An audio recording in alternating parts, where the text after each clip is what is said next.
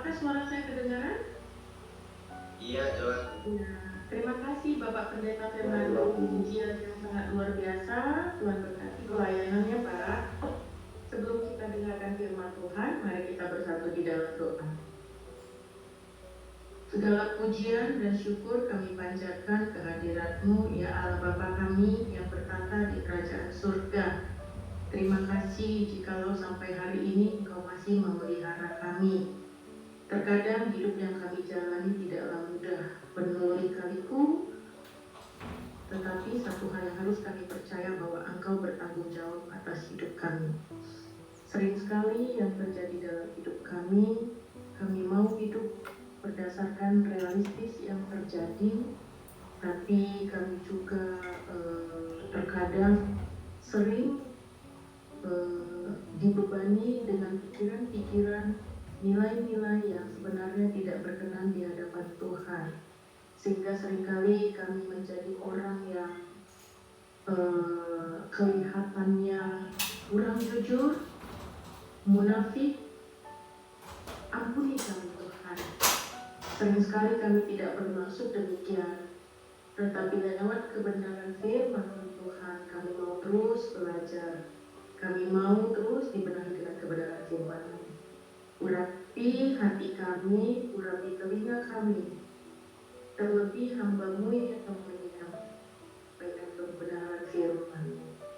Hamba manusia yang harus terus membenahi diri, bukan manusia yang sempurna, tetapi hamba mau melakukan sesuai dengan keinginan-Mu. Hamba mau belajar taat, hamba mau belajar setia di hadapan-Mu.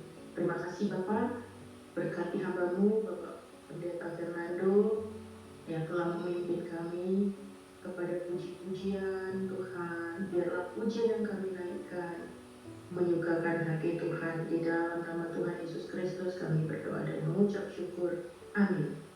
Sekali lagi Bapak Ibu Saudara kekasih dalam Tuhan, ya, firman Tuhan yang saya sampaikan pagi hari ini mengenai kekhawatiran. Nah, Bapak Ibu Saudara kekasih dalam Tuhan, kekhawatiran pasti sudah sering sekali kita dengar, ya kan? Itu tadi yang saya katakan. Di satu sisi kita mau hidup sebagai anak-anak Tuhan, gitu loh, yang menyatakan kepada dunia bahwa kita punya iman, kita punya Tuhan. Nah, tapi di satu sisi seringkali pergumulan-pergumulan itu, kenyataan-kenyataan hidup itu membuat kita gimana ya, seperti mensuges diri sendiri. Artinya gini, nggak boleh khawatir, percaya Tuhan ada. Tetapi yang terjadi sebenarnya di dalam hidup kita itu, kita sedang khawatir gitu loh. Nah, Bapak Ibu Saudara kekasih dalam Tuhan, pertanyaannya, apakah kita boleh khawatir gitu? Dan khawatir mana sebenarnya yang sebenarnya masih pas di hadapan Tuhan? Nah, kalau di dalam 2 Korintus, saya bacakan ya, 2 Korintus 11 ayat 3, 2 Korintus 11 ayat 3, Rasul Paulus berkata, namun aku takut kalau pikiran kamu disesatkan dari kesetiaan kamu yang sejati kepada Kristus, sama seperti Hawa diperdaya oleh ular itu dengan kelicikannya. Nah, Bapak Ibu Saudara kekasih dalam Tuhan, Rasul Paulus yang rasul sehebat itu, ada rasa takutnya, ada rasa khawatirnya.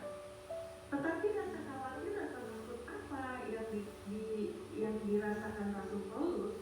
Nah, untuk menjawab ini kita buka ya Alkitab kita di dalam Matius pasal 6. Ini kan sudah ayat umum ya Bapak Ibu Saudara kekasih dalam Tuhan. Kita akan belajar ya Matius pasal 6. Kitab Matius pasal 6, kekhawatiran. Saya akan bacakan ya.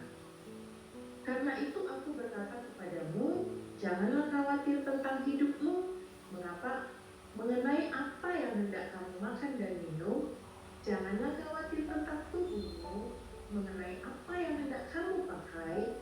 Bukankah hidup itu lebih daripada makanan, dan tubuh itu lebih daripada pakaian? Pandanglah burung-burung di udara yang tidak menabur, tidak menuai, dan tidak mengumpulkan dalam lumbung, namun Bapamu yang di surga memberi mereka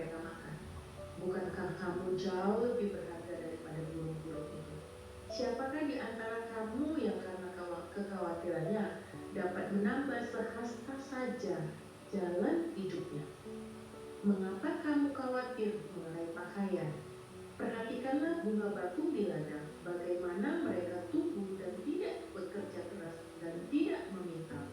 Namun aku berkata kepadamu, Salomo dalam segala kemegahannya pun tidak berpakaian seindah salah satu dari bangsa itu. Jadi jika rumput di ladang yang hari ini ada dan besok dibuang ke dalam api, demikian didandani Allah, tidaklah ia akan terlebih lagi mendandani kamu, hai orang-orang yang kurang percaya. Karena itu jangan khawatir dan berkata, apakah yang akan kami makan, apakah yang akan kami minum, apakah yang akan kami pakai. Oke, sampai sini Bapak Ibu Saudara terkasih dalam Tuhan. Nah, seperti saya katakan tadi, hidup itu kan harus realistis. Satu sisi kita nggak boleh munafik sebagai anak-anak Tuhan, ya kan? Nah, atau kekhawatiran saya rasa ada hal yang positif. Hal yang positif apa? Salah satu hal yang positif adalah seperti Rasul Paulus tadi. Kita khawatir jemaat yang kita layani, anak-anak kita tidak setia, tidak taat, atau jatuh ke dalam dosa. Saya pikir itu khawatir yang positif yang dikatakan Alkitab. Tetapi kita belajar dari kitab Matius, mengapa tidak boleh khawatir? Kalau saya ambil yang pertama adalah perhatikan kata bukankah hidup itu lebih penting daripada makanan. Nah, Yesus membandingkan hidup itu dengan makanan, tubuh itu dengan pakaian, ya. Nah, kualitas hidup kita, apa yang dimaksud hidup di sini? Bapak Ibu Saudara terkasih dalam Tuhan, hidup yang dimaksud di sini ini relevan dan sangat dekat dengan Kejadian 2 ayat 7. Ketika Allah Bapa Bapa membentuk manusia, bukan sekedar menciptakan dengan perkataan, tetapi manusia itu dirancang, ya, diplankan. Makanya manusia itu basah, dibentuk Allah, ya, diberi gambar dan pikiran, lalu diberikan joe, nafas kehidupan. Itu Kejadian 2 ayat 7. Itulah kualitas hidup, ya. Makanya kenapa Bapak Ibu Saudara terkasih dalam Tuhan, Yesus membandingkan hidup makanan tubuh dengan pakaian. Nah, joe, kualitas hidup kita itu diukir selama kita hidup ada di bumi ini. Makanya sering kita sedikit keliru, ya. Sering kita berpikir bahwa selamat itu masuk surga gitu loh. Benar, masuk surga, tapi belum lengkap. Keselamatan itu adalah selama kita di bumi, kita melakukan apa yang diperintahkan Allah. Ini kaitan erat dengan kerjakan keselamatanmu dengan takut dan gentar, ya kan, di dalam kitab Filipi. Kemudian kalau di dalam kitab Kejadian, kita dirancangkan segambar dan serupa Allah, benar nggak? Jadi selama kita hidup di bumi ini, kita mengerjakan itu, artinya rancangan Allah semula itu terjadi dalam hidup kita. Nah, ketika kita menjalani ini, otomatis joe atau kualitas hidup yang diberikan Allah kepada kita itu memang menjadi berkualitas dan pasti kita selamat gitu loh. Kita memperoleh hidup yang kekal, Bapak Ibu Saudara kekasih dalam Tuhan. Nah, inilah yang sebenarnya lebih penting dari apapun. Saya percaya semua kita di sini rata-rata punya pengalaman, ya, apalagi hamba-hamba Tuhan yang merintis, yang dalam pengembalaan. Kalau untuk soal makan minum, Allah tidak pernah membiarkan kita. Itu sudah pasti. Karena kenapa? Peristiwa pada hari ketiga menciptakan tumbuh-tumbuhan makanan. Hari terakhir bahwa baru Allah menciptakan manusia. Itu artinya Allah itu betul-betul merancangkan yang terbaik.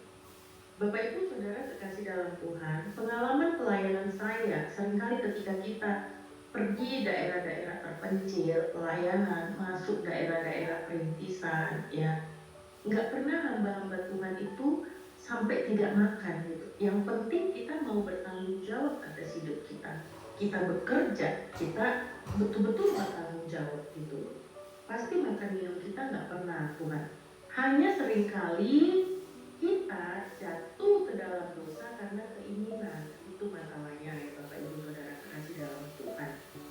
Ya, nah saya kalau mengambil Joel tadi adalah hidup lahiriah bukanlah yang utama, atau hidup makan minum pakaian itu bukan utama, tetapi yang utama itu adalah hidup kekal. Itu Joel tadi yang menembuskan nafas hidup ke dalam hidup kita. Nah, kenapa saya katakan Joel itu lebih berkualitas, hidup kekal itu lebih berkualitas, dan sebenarnya selama kita hidup di dunia ini, disitulah ukiran-ukiran yang harus kita kerjakan. Hidup berkenan, hidup taat, hidup setia, hidup takut akan Tuhan. Mengapa demikian? Kalau kita buka Alkitab kita di dalam kitab Wahyu,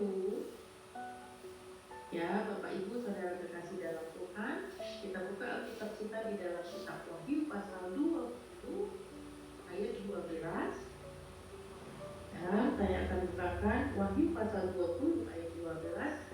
Di situ dikatakan, aku melihat orang-orang mati besar dan kecil berdiri di depan tahta itu, lalu dibuka semua kitab dan dibuka juga kitab lain, yaitu kitab kehidupan. Jelas kitab kehidupan itu apa yang kita jalani di dunia ini. Orang-orang mati dihakimi menurut perbuatan.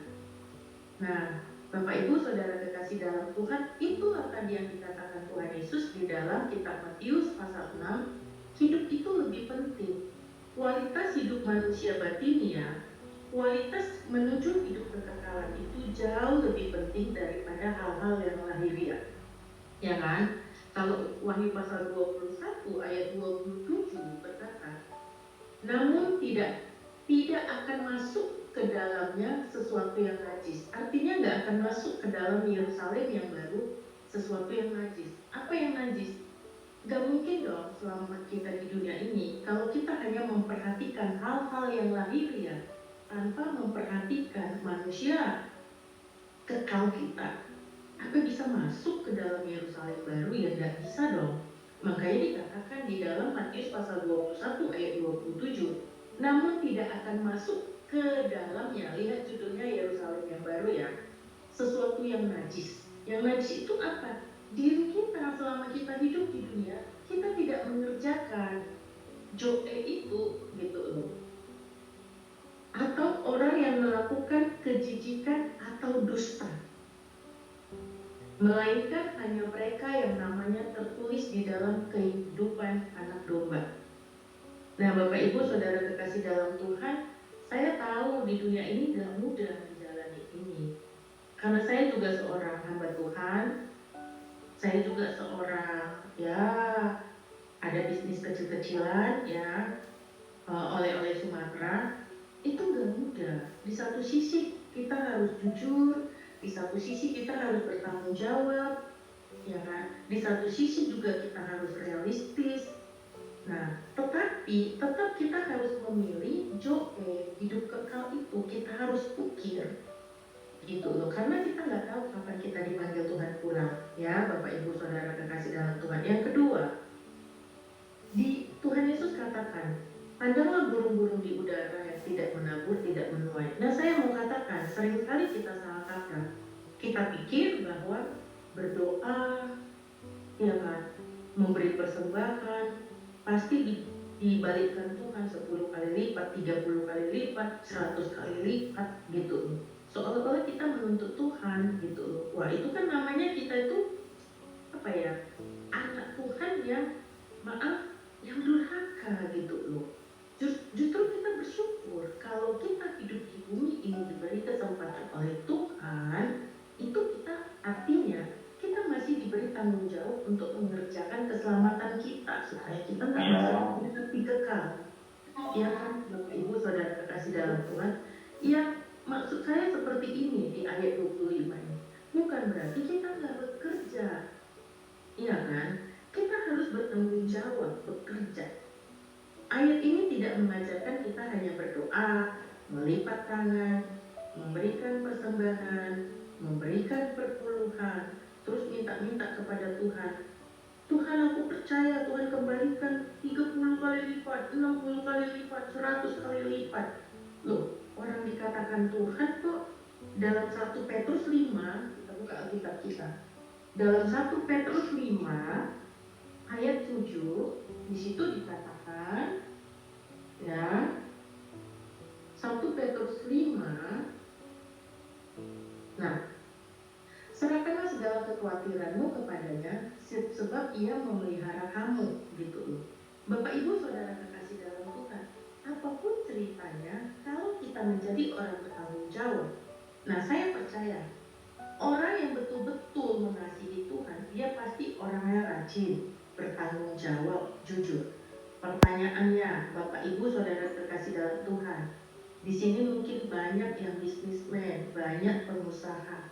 Seneng nggak melihat anggota? Seneng nggak melihat pegawai kita itu jujur, bertanggung jawab, setia, taat? Pertanyaannya, orang seperti ini berhasil nggak dalam hidupnya? Pasti berhasil. Ini kan ciri-ciri anak Tuhan, gitu. Jadi Tuhan nggak katakan bahwa kita hanya berdoa. Artinya Tuhan bertanggung jawab atas hidup kita. Titik, itu nggak ada pilihan gitu. Ya kan? Terus kan ada di dalam itu hati-hati, waspadalah dan berjaga-jagalah di ayat 8. Waspadalah dan berjaga-jagalah, lawanmu si iblis berjalan keliling sama seperti singa yang mengaum-ngaum mencari orang yang dapat ditelannya. Artinya apa? Sering sekali kita terjatuh karena nilai-nilai hidup kita sudah diwarnai oleh keinginan lahiriah. Ya kan? Kalau di dalam Kejadian 2 ayat 4 dikatakan taklukkanlah. Kata taklukkan itu apa? Aboda. Aboda itu apa? Ibadah. Itu maksudnya apa? Bekerja. Jadi ibadah kita adalah pekerjaan kita yang harus kita kerjakan dengan tanggung jawab sepenuhnya. Bapak Ibu Saudara kekasih dalam Tuhan. Nah, Bapak Ibu Saudara kekasih dalam Tuhan, saya percaya ketika kita menjadi anak-anak Tuhan yang taat, yang setia, memperhatikan kualitas hidup kekal kita, kita bertanggung jawab, kita bekerja dengan semaksimal mungkin, nggak pernah kita akan kekurangan. Demikian Bapak Ibu Saudara kekasih dalam Tuhan. Terima kasih. Mari kita bersatu di dalam doa.